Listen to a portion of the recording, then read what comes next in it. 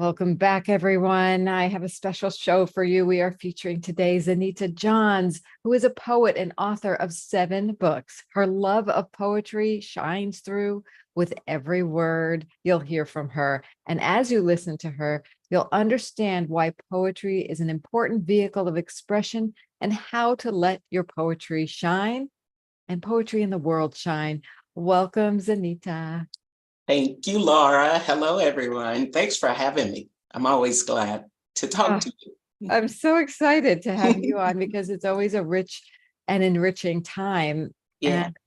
And, before we get into some of your poetry, I'd like to learn about your journey of how did you find poetry or how did it find you? I want to say poetry found me. When I was a student in college, my first year, I went to see Nikki Giovanni, the famous civil rights poet. She's still living. And she was this young Black woman who just lit us on fire as young students. And after seeing her and hearing her recite her popular poem, Ego Tripping, I don't know if you've heard of that poem, but it just sparked something in me. It ignited my desire to write. I went back to my dorm room, as it was called at the time, and my friends and I recited her poetry, and I started writing. That was 48 years ago. And I've been writing ever since. I wrote poetry about family, mostly about family members, and about life in general. And I didn't share it for years, except in my circle, my inner circle. I'd write for celebrations, I wrote at work, but shared it very quietly. It wasn't until 2020, when the world shut down, that I decided to share my poetry with the world. I published my first book, Poetic Forecast, through WSA Publishing, and that book became a bestseller. And what I learned after publishing was that your readers want to know who you are. I didn't intend to publish more books. I never thought I would have 7 books like I do today. In 2020, I would introduce myself as a retired human resources leader. I didn't introduce myself as a poet. Today, I introduce myself as a poet, a best-selling author, a keynote speaker, not necessarily a motivational speaker, but I am internationally recognized as a poet, and I'm proud of that. I'm proud of that too for you. Oh, wow. I had no idea how many years you've been cultivating your poetry. And I'm so glad you brought it out. I know, yes, you mentioned you've got your own book, and then you keep contributing these beautiful poems to the Voices of the 21st Yes. Century books. Yes. And so tell me about why poetry is such a great outlet for people and for yourself. Well, for me, and I think for everybody, poetry is art. And we know that art enhances life. It balances us, it enriches our experience, it relates us to other people. Poetry is truth. It's truth. I call myself a truth-telling vessel of love, light, and grace. That's how I view poetry. It's my happy place. And I feel as though poetry will make other people happy. And I encourage others to write, to either write or experience poetry by reading it or hearing it. You'll be blessed, you'll be enriched. Could we experience some of your poetry? Of course, of course. I'm gonna share a poem, and this kind of speaks a little bit more to my journey, it's titled Why I Write. And this poem was, it received the Grand Champion Award from the Passion of Poetry. There was a challenge for pop administrators to share why they write. What's their inspiration for writing? And I had already written this poem and it won Grand Champion. So I'm extra proud of it. This one I present is Why I Write. I watched Nikki Giovanni trip over her ego.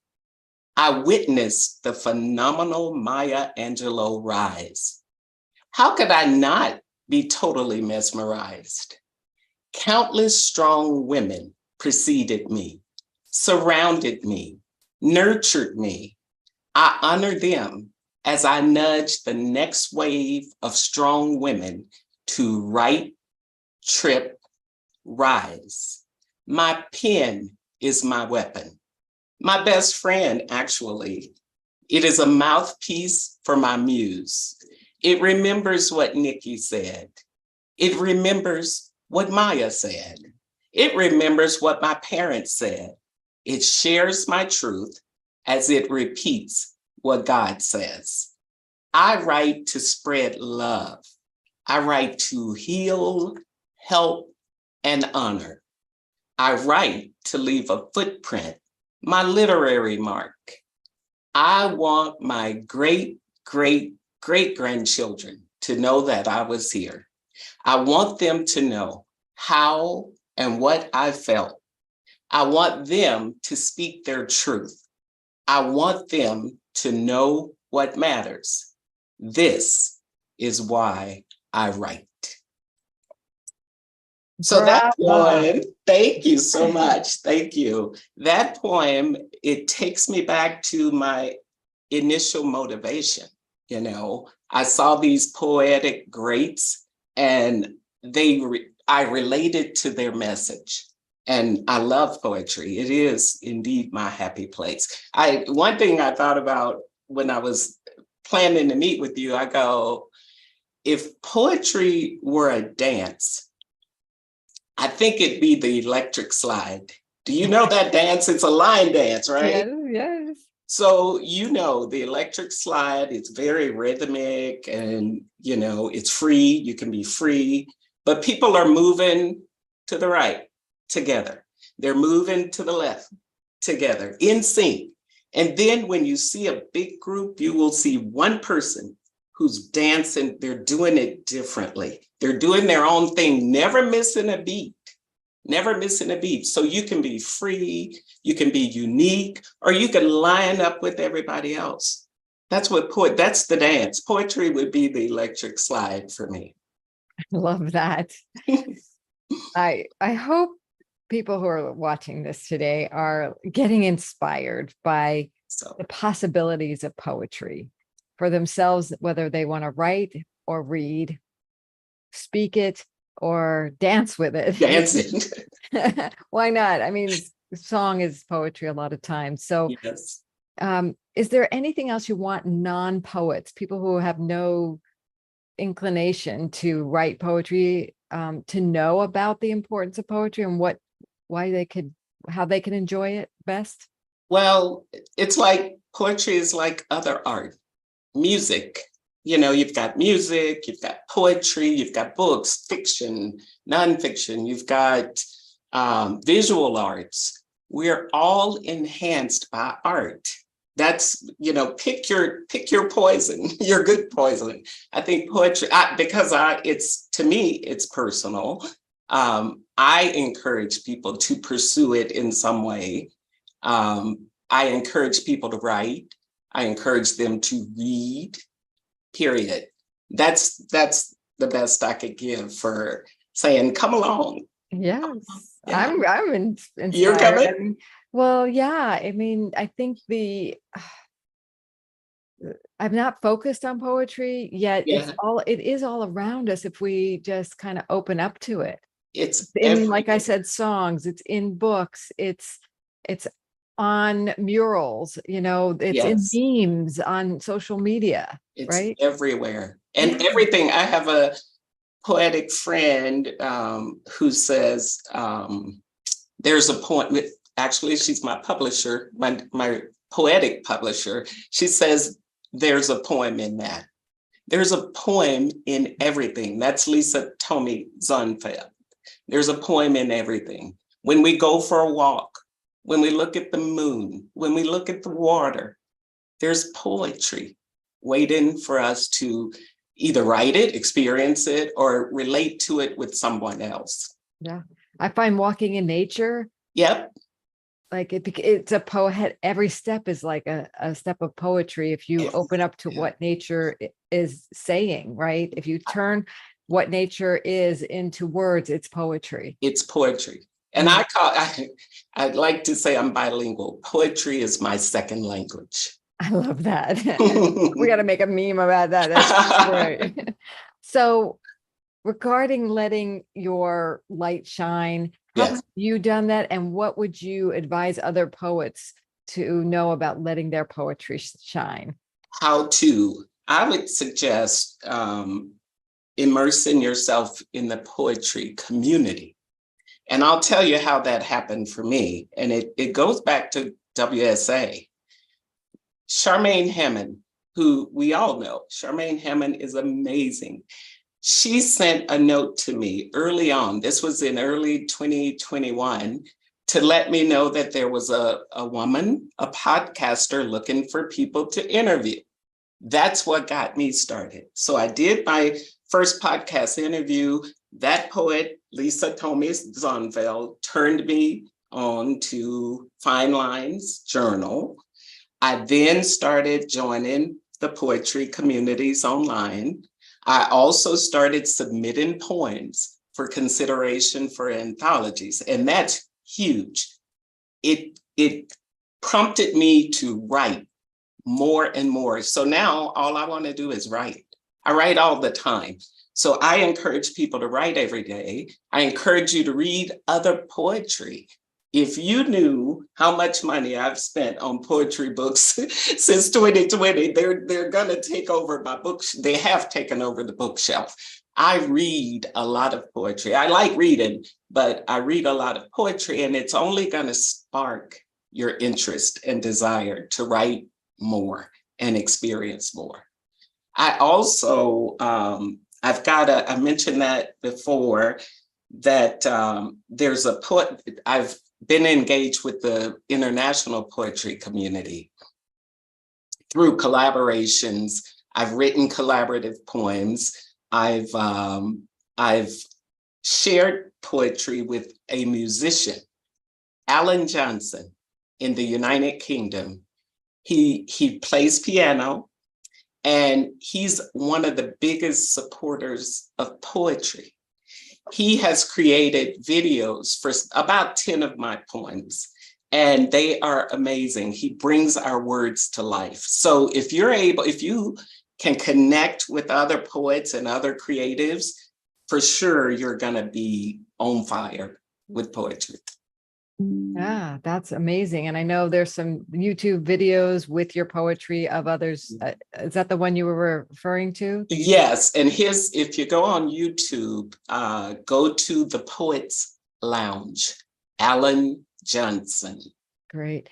And Yes. we'll put the link to that in our blog at WSATV.com, so that in the blog post with this interview, we'll also have that so people can watch his version of your poem and the beautiful video he put together for you. Yes, amazing. Yes. And did you have to be selected for that, like apply, and he selected you? Well, I met him through the Passion of Poetry, which is the online platform. I am one of the administrators. And Alan occasionally makes offers. Sometimes it's through contests, sometimes it's you pay. And I say, go for it if you can. Yeah. Totally. Well, it's beautiful to see your work blossoming out into other places where more and more people can reach it, because you definitely have a gift. And so how else can people read more of your poetry? Well, I'm going to share. May I share some book covers, please? Yes. You showed, we talked about voices of the 21st century, and I've been blessed to be in the last 3. And I'm also on board for the 2024 Voices of the 21st Century. So these are the 3. And I don't know if we mentioned that my poems in these 3 books appear as the dedication page. That is a huge honor. And so that's those books. And then I've got Poetic Forecasts, my debut book. These are all available on Amazon, Barnes and Noble, online, wherever books are sold. My second collection, After the Rainbow, again, wherever books are sold. My new book, hot off the press, just published on Monday, September 25th, is called Encore. Now this one I'm so proud of because it's in response to the encouragement and the continued applause I've received from readers and people who support me out there.